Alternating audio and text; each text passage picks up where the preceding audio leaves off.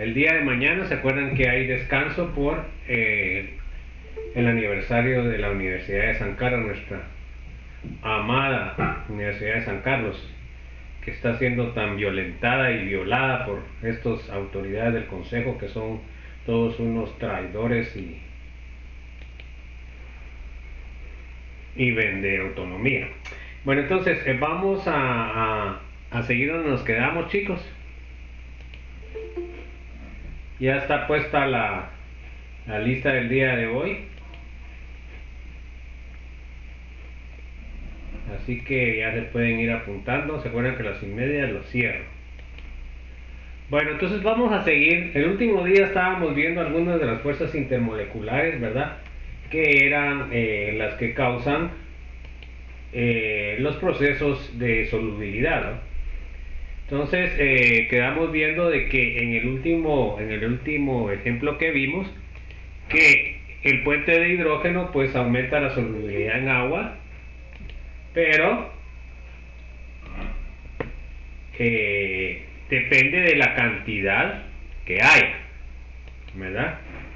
Entonces vimos que, por ejemplo, teníamos el metanol, que tiene un alcohol, el etanol, que también tiene un alcohol, pero teníamos el 1,2-etilenglicol, que tenía 2 alcoholes. O sea que se va a disolver más en agua el que forme más puentes de hidrógeno, ¿verdad? Entonces, en este caso, el que se disolvía más era el dietilenglicol. Ahora, el etanol y el metanol casi se disuelven igual, pero se disuelve un poco más el metanol porque es más pequeño, ¿ok? Ahí podría haber una diferencia, pero es mínima. Bueno, ahí fue donde nos quedamos el último día. ¿Se acuerdan que aquí entra en el examen corto de este día jueves a las 20 horas? Bueno, entonces mañana tenemos el aniversario. Va a haber una manifestación en contra de la expulsión de nuestro compañero de representante de farmacia, que lo expulsaron los del consejo, ¿verdad? Entonces va a haber una manifestación del Paraninfo en donde está el monumento Oliverio Castañeda, en la Quinta Avenida y Novena Calle, creo que es, o Octava. Entonces hay que participar, chicos, porque realmente no podemos dejar que estos del consejo estén violentando nuestros derechos, ¿verdad? De la libre expresión, ¿verdad? Resulta que ahora ellos se sienten ofendidos porque les están diciendo que hicieron fraude, y el fraude pues fue un fraude a todas luces, ¿verdad? Provocado por las autoridades del consejo. Bueno, a ver, lea por favor Adolfo Fiorini, por favor.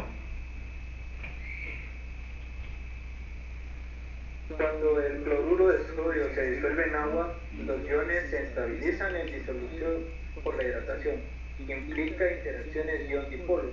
En general, podemos predecir que los compuestos iónicos serán mucho más solubles en disolventes polares como agua, amoníaco, líquido y cloruro de hidrógeno, líquido que en disolventes no polares como benceno y tetracloruro de carbono.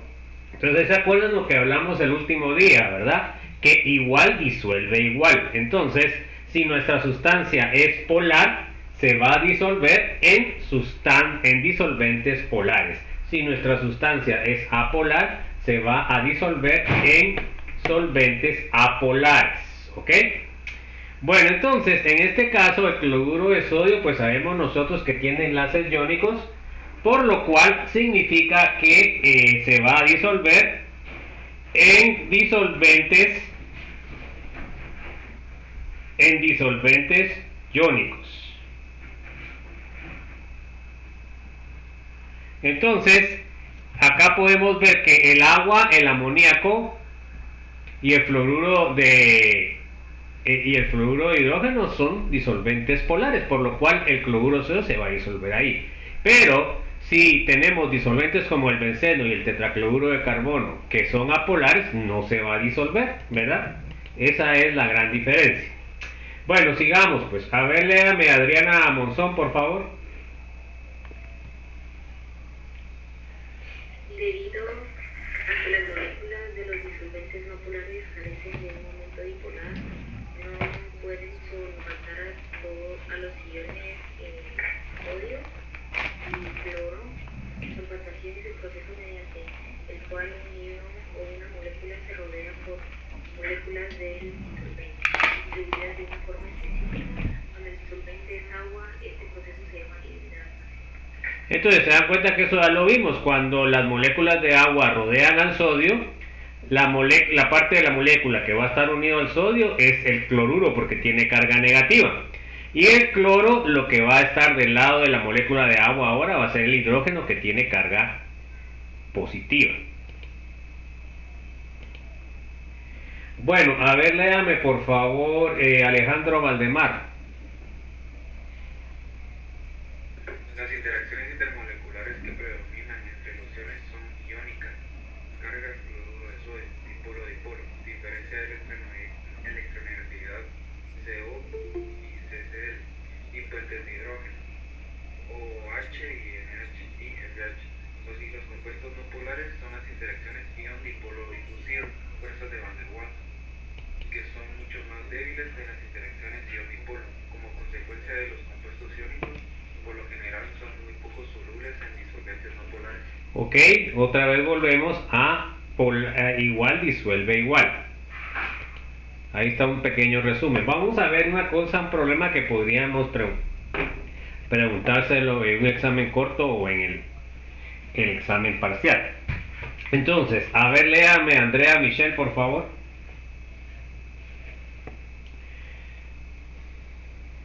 Ejemplo, prediga las solubilidades relativas en los siguientes casos. A, bromo en benceno y en agua. B, en K en tetracloruro de carbono y en amoníaco líquido. C, formaldehído en disulfuro de carbono y en agua. Entonces, lo que nosotros tenemos que hacer es ver qué tipo de compuesto es. Entonces, en el primero nos están diciendo bromo. Entonces, ahora tenemos que analizar el bromo. El bromo, ¿qué tipo de enlace sería? A ver, Brosny, ¿iónico o covalente?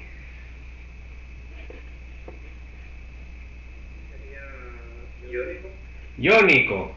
Ok, ¿qué característica, cómo hace usted para calcular si es iónico o covalente? Porque ahí no es adivinanza. A ver, ¿cómo dijo usted que es iónico? Para disolver un benceno entiendo que tiene... No, es que ahí no le estoy preguntando el benceno, estoy preguntando la molécula de bromo. ¿Es iónica, dice usted? ¿Por qué dice que es iónica?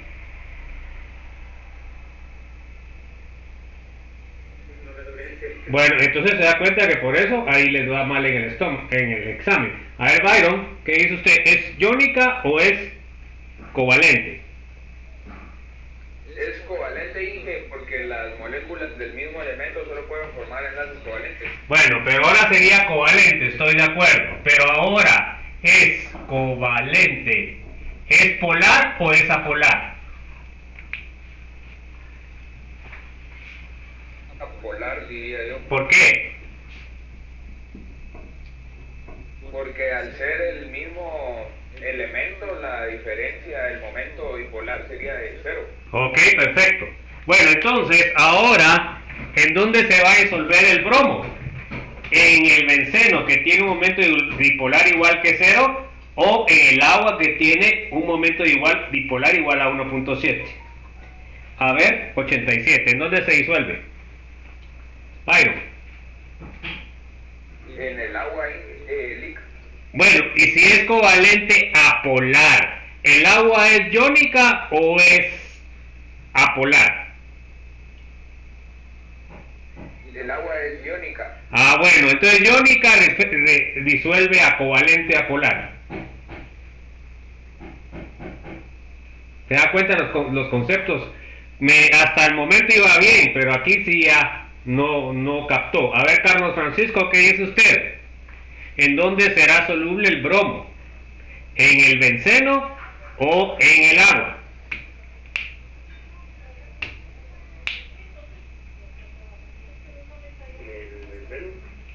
En el benceno, ¿por qué en el benceno?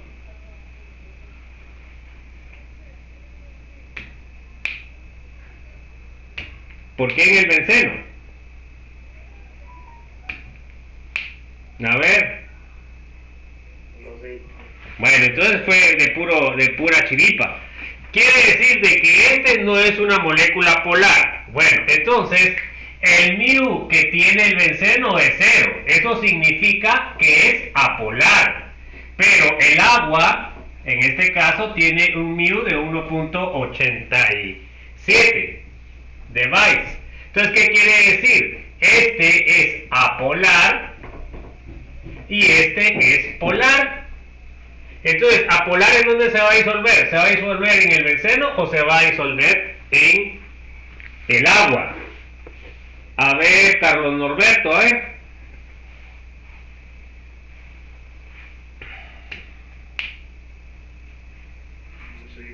Bueno, a ver, Dalia, Marisol. En el benceno, volver a polar.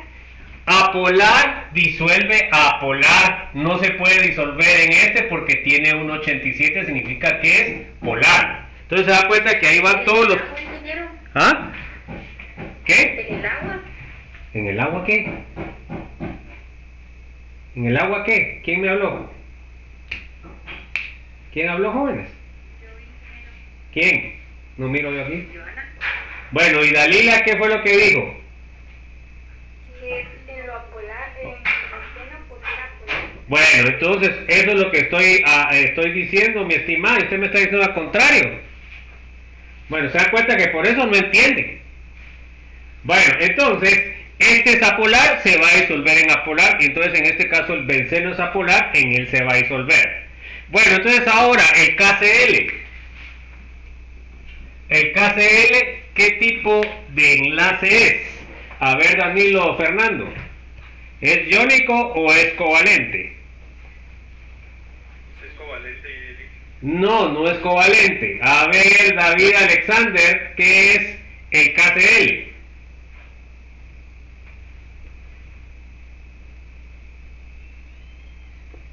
Dije que no es iónico. ¿Y por qué dice usted que es iónico?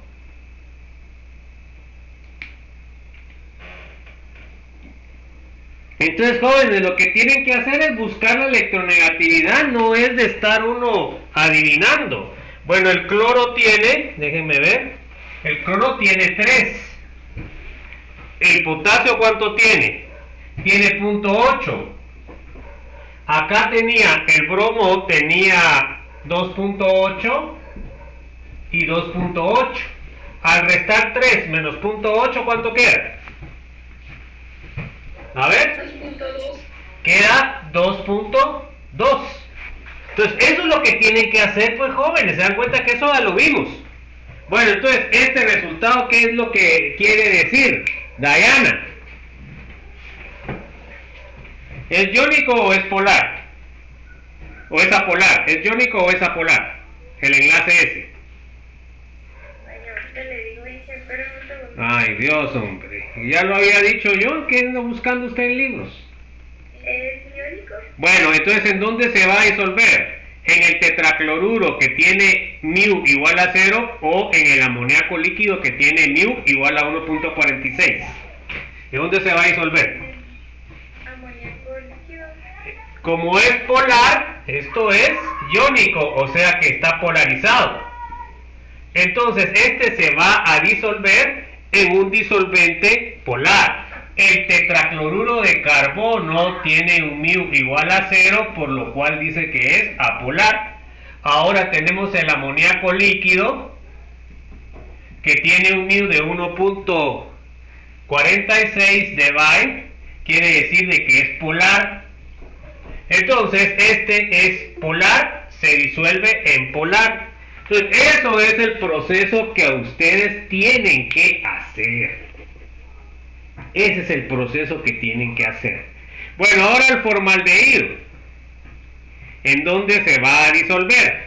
Ese no lo pueden hacer ustedes, pero se los voy a mostrar. La fórmula del formaldehído es esta. Entonces, ¿este enlace está polarizado o no está polarizado? A ver, ¿quién le toca? A ver, Denise, Alexander, ¿este enlace está polarizado o no?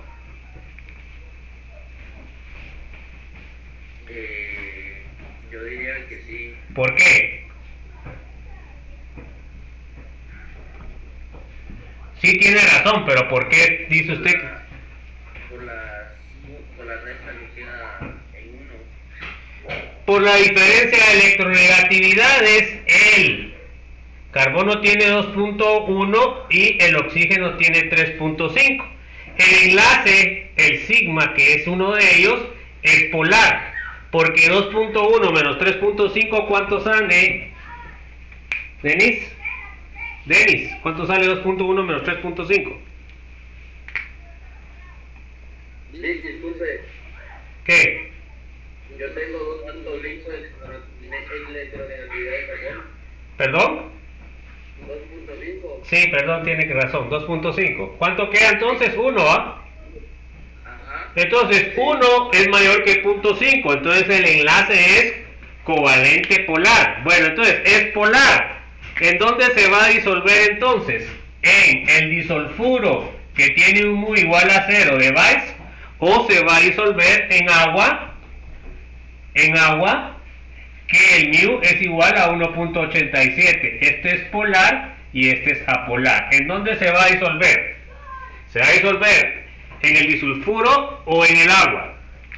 A ver, Diego.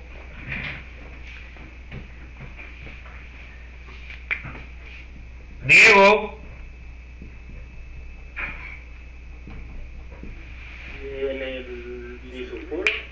Este es polar y este es apolar. Apolar se disuelve en apolar. Así es la regla universal.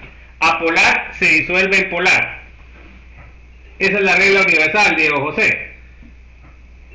No, ¿Qué es lo que dice? es que el polar se disuelve con polar. Bueno, entonces se da cuenta que entonces no puede ser el disulfuro, tiene que ser el agua. ¿Está claro o no? Sí. Bueno, ojo pues, jóvenes. Bueno, entonces vamos a ver cómo nos dice Chan que se resuelve esto. A ver, Dulce María, léame por favor. Estrategia para predecir la solubilidad. Recuerden, lo semejante disuelve a lo semejante. Un soluto no polar se disolverá en un disolvente no polar. Los compuestos iónicos generalmente se disolverán en disolventes polares debido a la interacción favorable ion-dipolo. Los solutos que pueden formar fuentes de hidrógeno con el disolvente tendrán una solubilidad alta en él. ¿Ok? Bueno, entonces tenemos que volver a ver lo que ya vimos anteriormente. Miremos el problema A. Léame por favor, Eileen. Ahí le voy a hacer un cambio de solución A. El BR2 es una molécula no polar y por tanto debe ser más soluble en carbono 6, hidrógeno 6, que es también no polar, que en agua. Las únicas fuerzas intermoleculares entre bromuro y carbono 6 y hidrógeno 6 son fuerzas de dispersión. No es bromuro, eso se llama bromo. Bromuro es con carga negativa.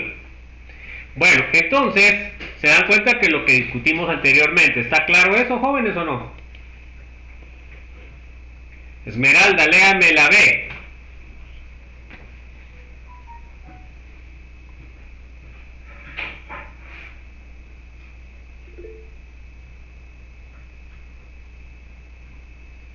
Esmeralda.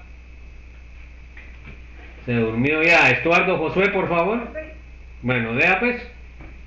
B. HCl es un compuesto iónico para disolverlo los iones individuales K+, y Cl- deben estabilizarse mediante interacciones ion-dipolo debido a que el Cl no tiene momento dipolar.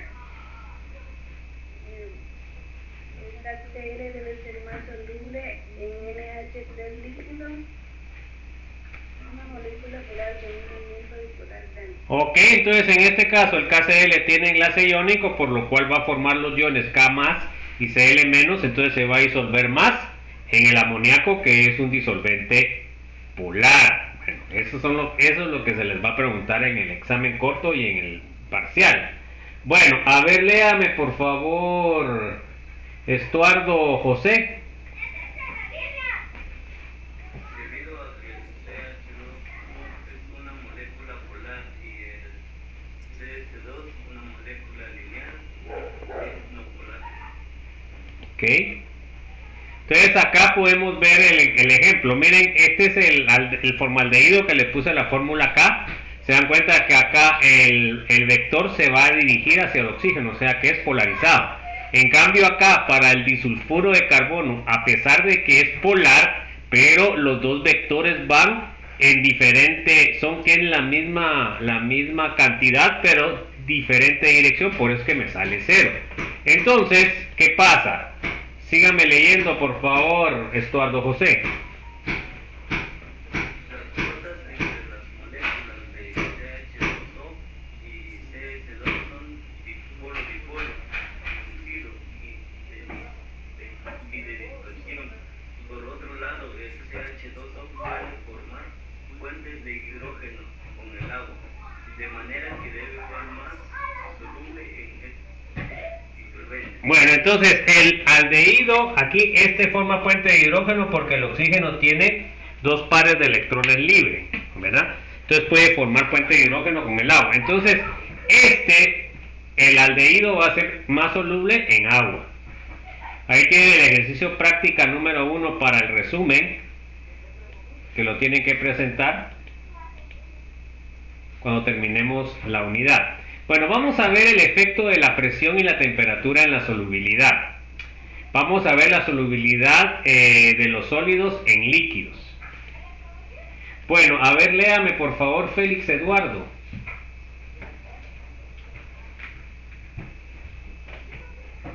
Una masa específica de un soluto sólido permanece en solución a una temperatura dada, es decir, se establece un equilibrio de solubilidad a cierta temperatura.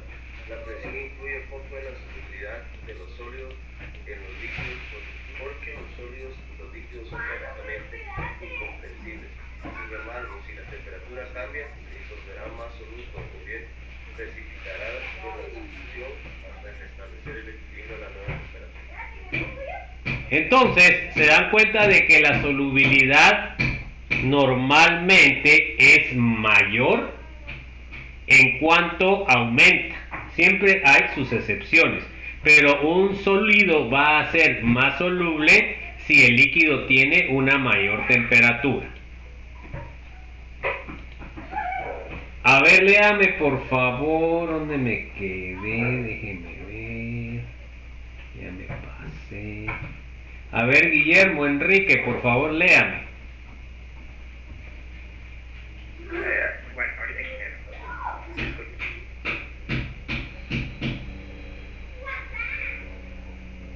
La mayor parte de los compuestos sólidos son cada vez más solubles conforme se eleva la temperatura. Se hacen las curvas de subida hacia abajo. A medida que la temperatura aumenta, el movimiento de las partículas también se intensifica y aumenta. El número de iones que se desprenden de la red cristalina quedan en libertad para entrar en solución.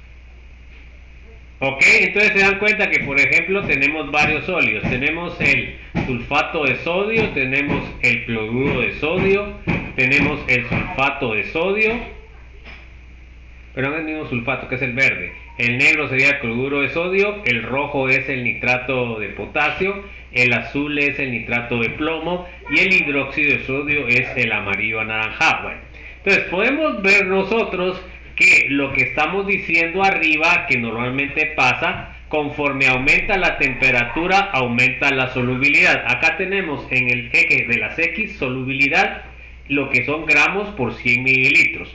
Y acá tenemos la temperatura. Entonces, por ejemplo, uno que se comporta de forma normal sería el nitrato de potasio. Miren ustedes, conforme va aumentando la temperatura, va aumentando la solubilidad. Miren, ¿qué les parece? Igual el sulfato de sodio comienza bien, ¿verdad? Va aumentando su solubilidad, pero llega a una concentración de 41 más, no, de casi 50 con 48, y de ahí comienza a bajar la solubilidad, ¿bien?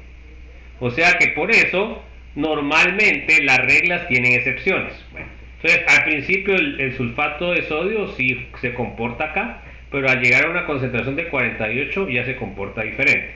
El otro que funciona igual, miren, es el nitrato de plomo. Comienza de 40 gramos por 100 gramos de agua, y conforme va aumentando la temperatura aumenta su solubilidad, también se comporta de forma normal. El hidróxido de sodio también más o menos, ¿se dan cuenta? Comienza a aumentar la solubilidad conforme va aumentando la temperatura, pero acá la solubilidad del sodio aumenta más, ¿bien? O sea, por eso es que tiene una pendiente mayor. Ahora, el que no se comporta como debiera, ¿cuál sería entonces? A ver, Elena, Fabiola, ¿cuál el sulfato, el cloruro de sodio, el nitrato, el nitrato de plomo, el hidróxido? ¿Cuál es el que no se está comportando como dijimos arriba? Helen, Fabiola. ¿El sulfato? No, ¿qué sulfato? Ahí tengo dos sulfatos. Ah, sí. El sulfato se comportó al principio bien y después no. Pero ¿quién no se comportó nunca como se pretendía? A ver, Javier Barrios.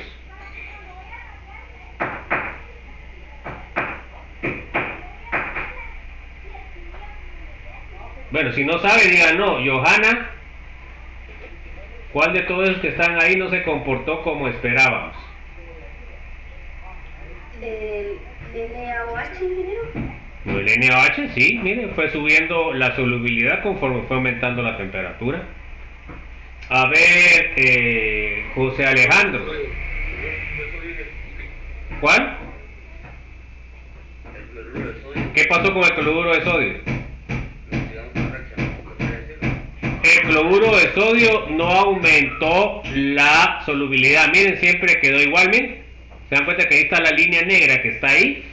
Es el cloruro de sodio. O sea que, ¿qué quiere decir? Al cloruro de sodio no le afecta la temperatura, la solubilidad. Se dan cuenta que siempre hay sustancias que se comportan en forma diferente.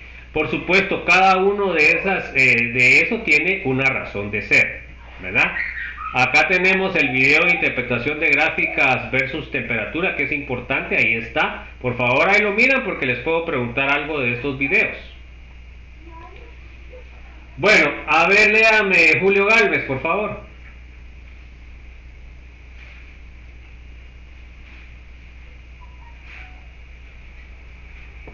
Bueno, a ver Kevin Reyes, por favor, léame.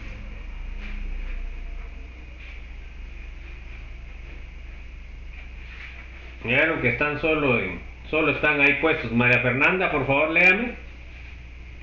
Asimismo, es más difícil que el cristal capture de nuevo los iones que regresan a su superficie porque se desplazan con más rapidez. Existen pocas excepciones a esta regla general de mayor solubilidad a temperaturas más altas. Estudia las curvas de NaCl y de Na2SO4. Entonces se dan cuenta que el NaCl no la afecta. El sulfato de sodio al principio se comporta igual, pero al llegar a una concentración de 40 ya no aumenta, lo que disminuye. ¿Ok? Eso es lo que ustedes tienen que interpretar cuando vean una gráfica, jóvenes. Deben saber interpretar las gráficas. Bueno, a ver, léame por favor Mario Solares.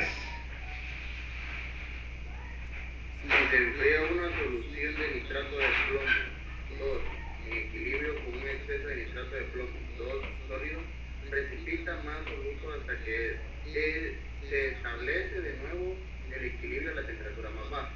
Por ejemplo, 100 gramos de agua se disuelven 120 gramos de nitrato de plomo, CbNO3 a 90 grados centígrados. Si la solución se enfría a 20 grados centígrados, la solución en equilibrio no puede contener más que 54 gramos de nitrato de plomo, por lo que los 66 gramos en exceso precipitan y se suman a la cantidad de solutos sin disolver. Entonces, fíjense pues, si nosotros trabajamos a 90 grados, va a disolver 120 gramos. Pero si nosotros esa misma solución permitimos que baje la temperatura a 20 grados, entonces ya la solubilidad del nitrato de plomo ya no es 120, no que es 54, un poquito menos de la mitad. Entonces, ¿qué es lo que pasa? Todo lo que sobra, o sea, 54 menos 120, que son 66 gramos, a 20 grados precipitarían. Porque esos 66 gramos no son solubles a 20 grados. Pero miren, a 90 grados sí son solubles. Entonces nosotros podemos manipular la solubilidad de las sustancias utilizando la temperatura, ¿verdad? Entonces muchas veces en fertirrigación a veces hacemos esos trucos. Bueno, ¿qué aprendimos en la presentación? Aprendimos los tipos de disolución, que eran homogéneas, los tipos de disolución que eran insaturada, saturada y sobresaturada. Vimos los procesos de cristalización. Vimos el enfoque molecular del proceso de disolución, que es en 3 partes. Vimos los efectos de la presión en la temperatura en la solubilidad. Entonces eso fue lo que vimos. No sé si hay alguna duda, alguna inquietud, jóvenes. Pues entonces ahorita empezamos con algo que es más complicado, porque aquí sí hay cálculos. O sea que en el próximo examen corto sí les voy a preguntar problemas. Ya ahorita en este examen pues prácticamente es más teoría que problemas. Entonces vamos a empezar y ahorita vamos a ver cómo hacemos el cálculo de las soluciones. O sea, las concentraciones de las soluciones. ¿Sí? Solo una consulta, no Sí. recuerdo si lo dijo o no, o si no lo dijo, no verá. El examen corto de este será al principio o al final. Entonces, ante las 8 dijo, ¿verdad? A las 8, ¿no quedamos a las 8? Bien. Gracias, Nick, perdón. Bueno, entonces vamos a ver ahora las unidades de concentración. Ok, entonces vamos a ver, léame por favor, Melissa. El estudio cuantitativo de una disolución de mostras y concentración, es decir, la cantidad de solutos presente en una determinada cantidad de una disolución. Los químicos utilizan varias unidades de concentración diferentes. Cada una de ellas tiene ciertas ventajas, así como alguna limitación. Bueno, entonces nosotros tenemos, en este caso, se dan cuenta, diferentes formas de representar las concentraciones en disolución acuosa. Esto va a depender de lo que necesitemos y necesitemos medir. Entonces, vamos a continuar. Léame, Ramsés, por favor. No es necesario que un disolvente sea líquido, aunque es probable que el término disolución haga pensar en un soluto sólido, como el azúcar, disuelta en un disolvente líquido, como el agua. Por ejemplo, el aire es una disolución donde el disolvente tiene 2, que es 80% del aire, y después que está disuelto el O2, casi 20%. Otro ejemplo es el oro que se usa en joyería. Es una alineación, una mezcla de metales de oro, disolvente y unos más metales solutos, incluyendo cobre y níquel. Entonces, cuando el oro es totalmente puro, se dice que es de 24 quilates. Ya cuando baja los quilates, por ejemplo, oro de 18 quilates, quiere decir de que le echan otro metal, ¿verdad? Porque es una aleación. Le pueden echar cobre o níquel, o le pueden echar plata. Entonces ahí ya varía lo que es la concentración de oro. Por supuesto, el oro puro es maleable. Ese es el problema del oro puro. Entonces, por eso es de que se prefiere muchas veces usar un oro con menos concentración para que no sea tan maleable. O sea que no lo puedan ustedes deformar con la mano. Vamos a ver ahora la primera forma de expresar las concentraciones. Vamos a ver las concentraciones expresadas en unidades físicas. Entonces, léame por favor Shirley Michelle.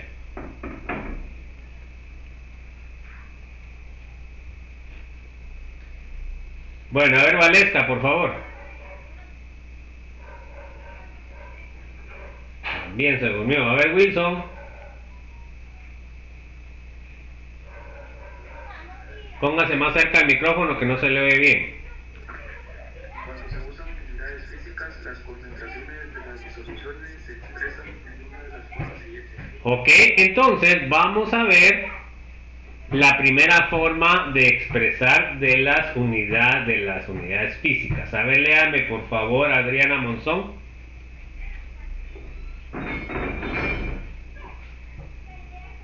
Ya se comió Adriana Monzón. Ay, no, no tenía encendido el micrófono. Bueno, dale pues. Sí, no lo estoy. Sí, ahorita solo voy a cerrar el listado ya. Lea pues. Porcentaje masa, partes por volumen, porcentaje peso. No, yo solo estoy viendo una. ¿Usted qué está viendo todas? Porcentaje mana, PP, porcentaje peso, peso molecular. Bueno. A ver, léame por favor, Alejandro Valdemar. Porcentaje de masa volumen PV, porcentaje en peso volumen. Ok. A ver, Andrea Michelle, por favor. Porcentaje en volumen bebé y porcentaje en volumen bebé. Ok, ¿se acuerdan que ahora se dice V, no se dice V? Ok. A ver, léame por favor, Brosny. Concentraciones de soluciones muy diluidas. Ok. Entonces todos estos tipos de concentraciones expresadas en unidades físicas las vamos a ver. Porcentaje peso-peso, porcentaje peso-V, porcentaje volumen VV y concentraciones muy diluidas. ¿Ok? Bueno, vamos a ver ahora cómo nosotros expresamos la medida porcentaje en masa, peso-peso. Miren, estas concentraciones se utilizan mucho en la industria, ¿verdad? En los procesos industriales se utiliza mucho esto porque es más fácil medir el peso que medir el volumen, ¿verdad? Solo lo que tenemos que tener es una buena balanza, una balanza calibrada. En cambio, con el volumen afecta la temperatura, entonces eso causa problemas. Bueno, entonces, a ver, léame por favor, Byron Alberto. El porcentaje en masa, también llamado porcentaje en peso o peso porcentual, es la relación de la masa absoluta en la masa de la disolución multiplicado por 100%. Ok, entonces se dan cuenta que vamos a dividir el peso del soluto partido el peso de la solución y lo vamos a multiplicar por 100. Eso sería porcentaje peso-peso. Entonces sería la masa del soluto dividido la masa del soluto más la masa del disolvente multiplicado por 100. Esa sería la fórmula de porcentaje en masa. Entonces, masa de soluto, masa de la disolución multiplicado por 100. ¿Se acuerdan que tenemos que sumar también la masa del soluto más la masa del disolvente? Bueno, a ver, léame por favor, Carlos Francisco.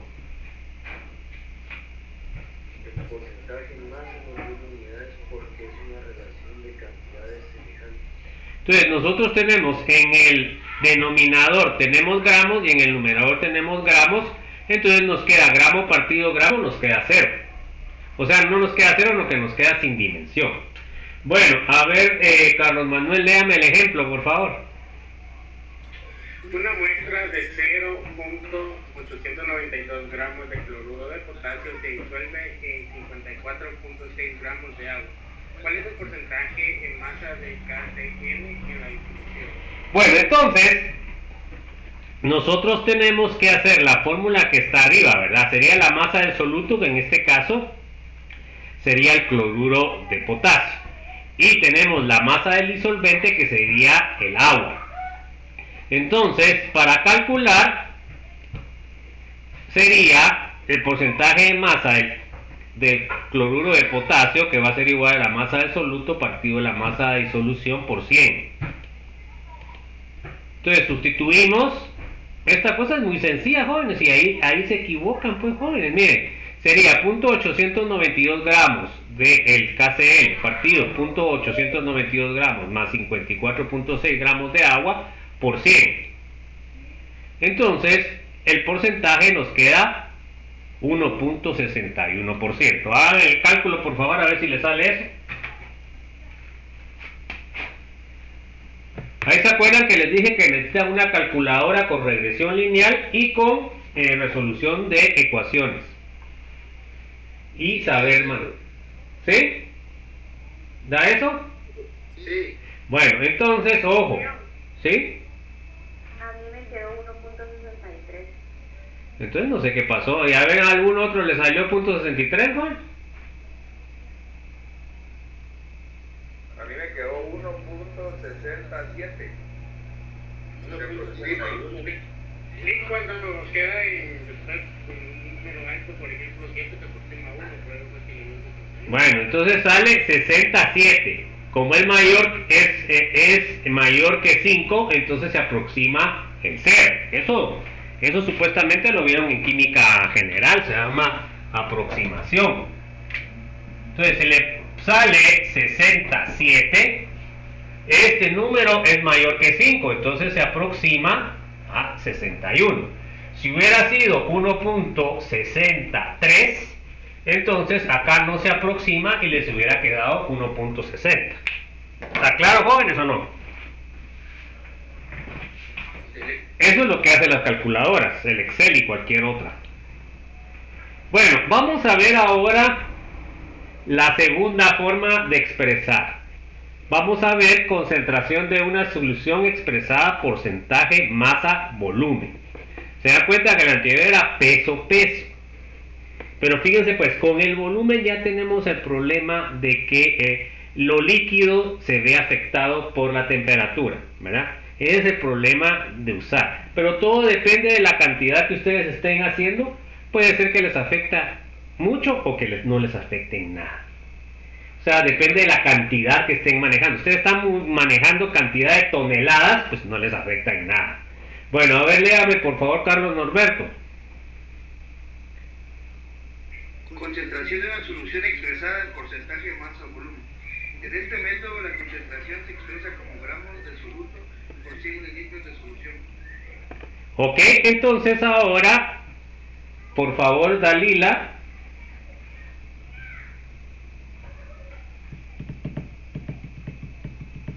Ya se durmió Dalila. A ver, Danilo, Fernando.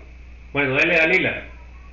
Con este sistema, una solución de glucosa a 10% masa volumen se prepara para disolver 10 gramos de glucosa en agua, disminuyendo a 100 ml y mezclando. Entonces, para preparar una solución al 10% masa volumen, pues ustedes disuelven 10 gramos de glucosa en 100 mililitros de agua. Y entonces ahí les sale 10% la solución. Entonces, a ver, léame por favor, Danilo Fernando.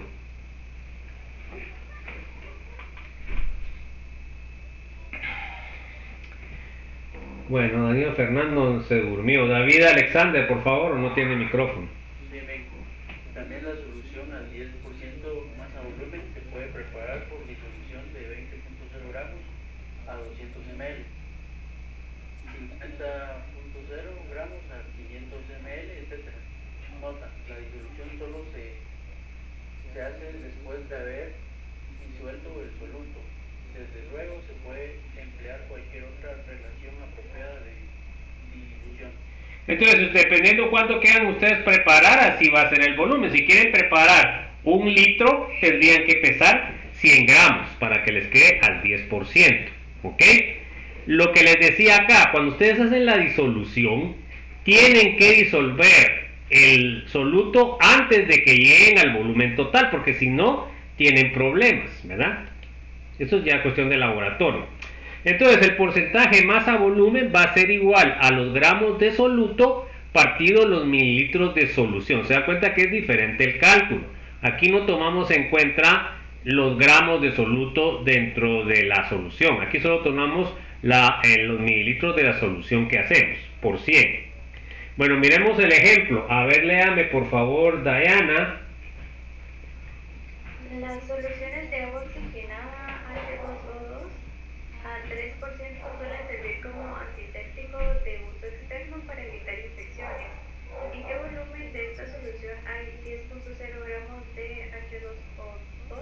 Entonces se dan cuenta que aquí nosotros estamos preguntando, a través de la fórmula podemos contestar esta pregunta, ¿verdad? Porque aquí no nos preguntaron el porcentaje, no, que nos preguntaron la cantidad de agua oxigenada que nosotros agregamos para preparar esa solución al 3%.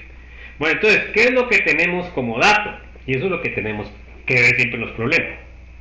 Se dan cuenta que ya tenemos que la solución es al 3%, ¿verdad? Y tenemos la cantidad de gramos de agua oxigenada, que sería esto de arriba, y lo que nos están preguntando es los mililitros, ¿verdad? Los mililitros de solución, ¿ya? Entonces, ya con esto tendríamos que despejar mililitros de solución, lo pasamos para este lado, el porcentaje acá, y nos debe salir lo que es la resolución. Entonces, para despejar mililitros de la solución de la ecuación general, pasamos mililitros para acá, gramos de soluto, porcentaje multiplicado por 100. Entonces tenemos que 10 gramos de soluto partido 3 gramos de soluto por mililitro de solución por 100. Entonces se dan cuenta ustedes que en este caso se van a ir gramos de soluto, se va porque este está en el denominador y este está en el numerador y este está en el denominador. Se van los gramos de soluto y me queda dividido mililitros de solución, por lo cual esto queda al final mililitros de solución. Entonces hagan el cálculo para ver si les sale eso, 33.33 mililitros. Bueno, entonces se dan cuenta que esto es un cálculo sumamente sencillo y no le debería causar mayor problema al hacerlo. Acá tenemos el ejercicio para el resumen. Se dan cuenta, número 3, ¿cuántos gramos de soluto tendrás 1200 mililitros cuya concentración es del 6%? O sea, acá lo que nos está pidiendo es gramos de soluto. Entonces acá tendríamos que pasar a multiplicar mililitros de solución por porcentaje dividido 100 y ahí tendríamos el gramo de soluto. Bueno, vamos con la tercera, que es concentración de una solución expresada en porcentaje V partido V o volumen partido volumen. Bueno, a ver, léame por favor, Denise Alexander, por favor. La concentración de soluciones que se preparan con dos líquidos suele expresarse en términos de porcentaje en volumen de soluto. Es el volumen de un líquido en 100 mililitros de la solución. En la etiqueta de un frasco de alcohol para fricciones se lee alcohol isopropílico 70% del volumen. Esta solución se puede preparar mezclando 70 mililitros de alcohol con agua suficiente para obtener un volumen total de 100 ml. Sin embargo, no podemos decir que se usan 30 ml de agua porque los dos volúmenes no son necesariamente aditivos. ¿Y por qué es eso? Debido a que las dos sustancias tienen diferente densidad. No es la misma la densidad del agua que la densidad del alcohol, ¿verdad? Pero entonces nosotros ahí únicamente lo que hacemos es agregar tanta agua para que llegue a 100 mililitros, ¿verdad? Entonces, así es la forma que nosotros preparamos. Por supuesto, esta forma de presentar las concentraciones es cuando las dos sustancias son líquidas, ¿verdad? Por eso es que lo ponemos así, volumen, volumen. Bueno, entonces, ¿cómo quedaría la fórmula? El porcentaje volumen, volumen va a ser igual el volumen del soluto dividido el volumen total. O sea que aquí sí deben incluir el volumen del soluto más el volumen del disolvente. Y eso sería el total multiplicado por 100.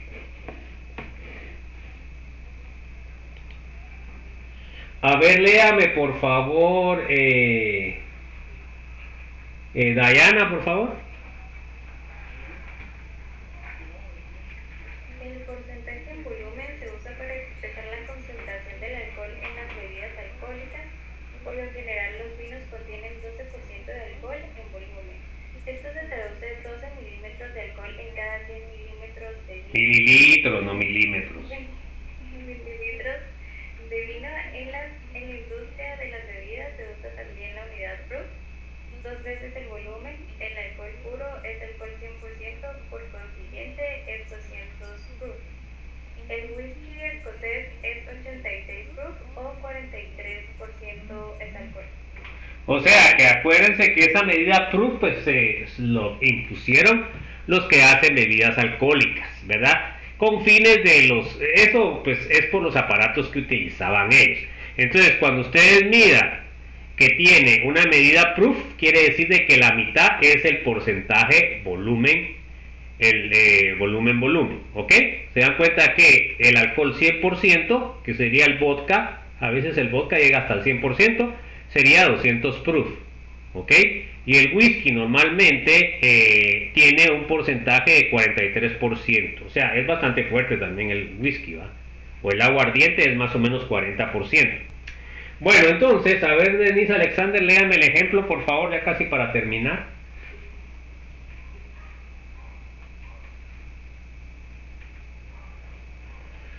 Bueno, a ver, Diego José.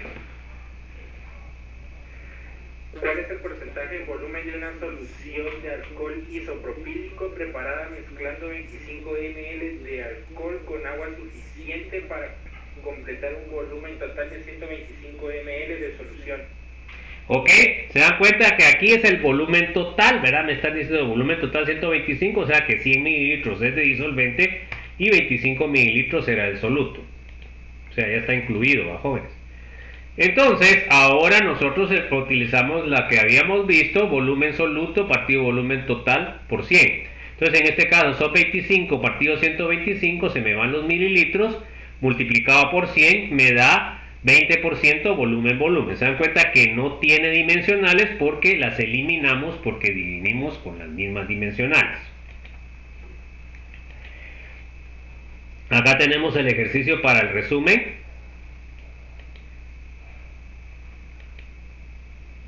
O sea, la metodología que estoy utilizando yo es, miramos una forma y de ahí hacen el ejemplo. Eso es para que ustedes aprendan a resolver problemas. Entonces ahora miren, les puse un video de ejemplos de unidades de concentración para que ustedes miren también un video.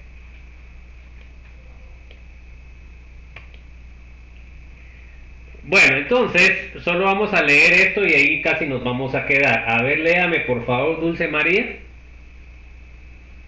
Concentraciones de soluciones muy diluidas. La concentración de las soluciones muy diluidas suele expresarse en partes por millón o incluso en partes por billón. Siempre hay que decir ppm y ppb. O sea, normalmente se utiliza más ppm y ppb como medida. No se dice partes por millón. Entonces cuando ustedes miren ppm significa partes por millón. Y cuando miren ppb sería partes por billón. O sea, partes por billón es más pequeño que partes por millón. Bueno, a ver, léame por favor, Aileen. Es frecuente el uso de estas unidades para expresar niveles extremadamente bajos de sustancias tóxicas. Una concentración de 1 ppm significa que hay una parte en cualquier unidad en 1 millón de partes de la misma unidad. ¿Se da cuenta? O sea que es 1 millón de partes, o sea que es bien poco. A ver, léame por favor, Estuardo Josué. Por ejemplo, según la unidad que se elija, una ppm podría ser 1 gramo en 1 millón de gramos, una gota en 1 millón de gotas, o 1 mililitro en 1 millón de mililitros. Para convertir ppm a ppb se aplica la relación. Entonces, para convertir de ppb a ppm, pues es fácil. Tenemos, déjenme ver, aquí está. No sé por qué se fue todo. Una ppm es igual a 1000 ppb. ¿Ok? A ver, léame Félix para terminar.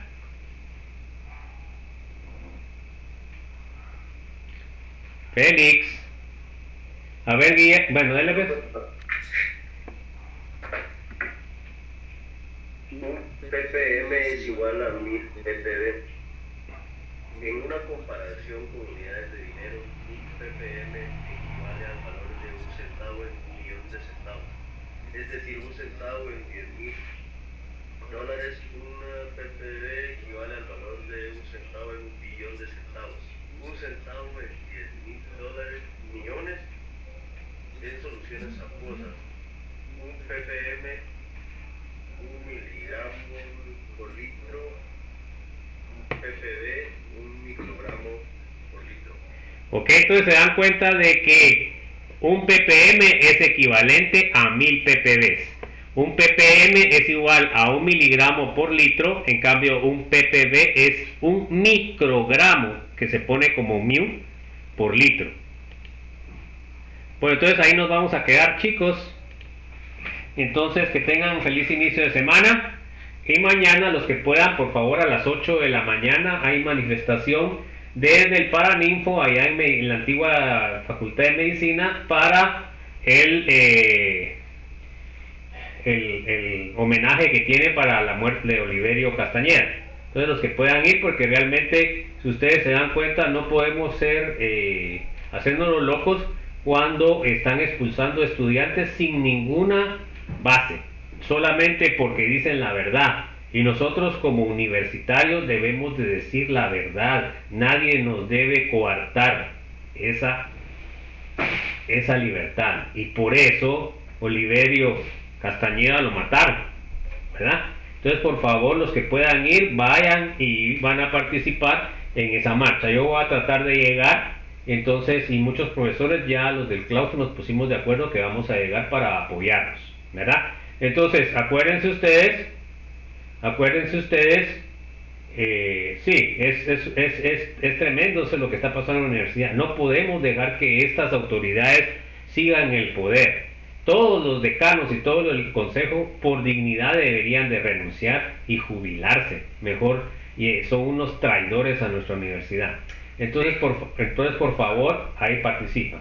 Entonces, feliz tarde. No sé si tengan alguna observación. Si no, pues nos vemos el día miércoles. Recuerden que mañana hay descanso. Pero hay que ir a la manifestación, jóvenes. Sí, yo solo quería decir que qué vergüenza que todos sean unos ganadores de ustedes, porque hasta el señor rector le decían a ese. Sí, es que mire, son unos desgraciados vendidos por puestos, o no sé qué les dieron, ¿no? Es una vergüenza. Sí, que se veían todos así arrastrados a él, porque señor. Sí, es que mire, es que realmente hasta dónde ha caído la podredumbre de nosotros, y así está el país, ¿va? Porque esa intervención la está haciendo el gobierno. Y entonces debemos estar en contra, porque ellos siempre nos han querido callar como Universidad de San Carlos. Y ahorita lo consiguieron porque nosotros, tanto los estudiantes como los profesores, hemos sido brutos y no hemos peleado porque gente decente llegue a esos puestos, ¿verdad? Tanto los decanos como los representantes, ¿verdad? Que nosotros dejamos que llegue cualquier persona, especialmente los de profesores, ¿verdad? Los de estudiantes, algunos han respondido, como el de agronomía.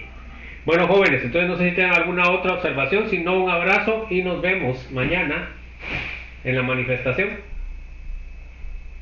Feliz tarde. Buenas tardes, pues, chicos, se cuidan. Buenas tardes, chicos, se cuidan.